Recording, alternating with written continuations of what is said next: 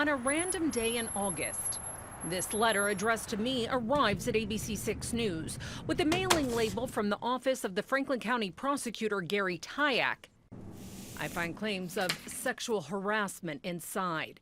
The author, who addressed themselves as an out-of-options abused advocate, writes she is a female employee of the prosecutor's office and is being harassed by male prosecutors. 14th floor, Prosecutor's Administrative Offices. How egregious can these cases become? They can be horrific at times. The letter tells me it's horrible to come in every day and hear comments about my body and see them laugh when they, quote unquote, accidentally brush up against us. Female interns also complain. Some leave because they can. I cry every night before I have to come into the office. Not having any meaningful response so that she felt she needed to reach out to you, that's not a good sign of a good employer. The letter states HR Director Francine Madison was notified and nothing has been done. What an employer is legally required to do is take prompt and effective action so the harassment stops. John Marshall is an employment attorney who owns Columbus law firm Marshall, Foreman & Schlein. Fred Gittes manages the Gittes Law Group. Neither is representing anyone from the prosecutor's office. I reached out to them both for their industry expertise to review the little information I had. If they did an investigation, it would be pretty clear whether this was an accident that happened over and over and over again. After receiving this anonymous letter, I requested copies of all sexual harassment complaints within the last 5 years, findings, and investigative notes. 3 months later, this is what I uncovered. I received one complaint made by a legal intern to HR in March of this year.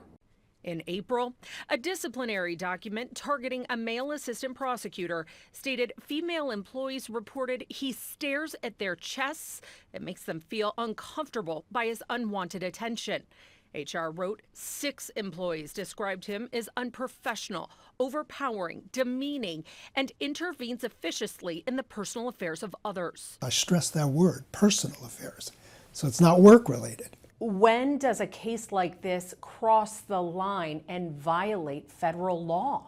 Where an employer becomes liable for money damages and attorney's fees and even punitive damages depends on whether the harassment is severe or, not and, severe or pervasive. HR stated its investigation did not substantiate any ill intent.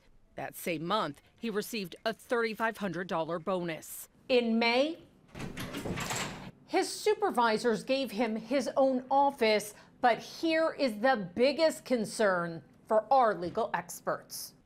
I received the anonymous letter in August and sent my records request that same month, but this disciplinary document had yet to be signed. Not to have someone sign a coaching, I don't think that's standard policy. The disciplined assistant prosecutor did not complete sexual harassment training until September, signed the document in October. It was given to me in November. Should the county have some concerns right now as to what we see based here? on the three or four pieces of paper that I've seen, yes.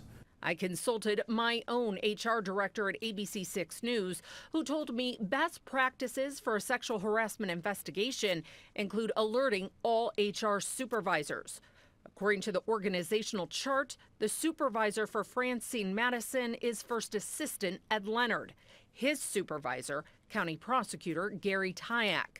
While Prosecutor Tyack politely declined my request for an interview, his PR firm told me the male prosecutor investigated had a sit-down with the HR department in April to discuss the written coaching document. They say it was not signed immediately since the employee was given opportunity to review it. But HR did not realize until my records request 4 months later that it was not signed. Does that show that the HR was doing any sort of follow-up in this case? Well, you just used the words, "we forgot about it." It is very difficult for anyone to believe they were taking meaningful action to stop this. While Gary Tyack's team says the process and procedures for an investigation in his office were followed.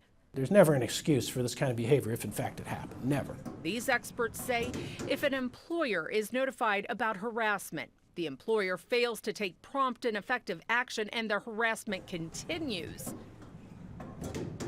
a hostile work environment claim can be filed. So if I were Shayla Favor, who's been elected to the office, I'd launch a pretty deep investigation into this if I were them.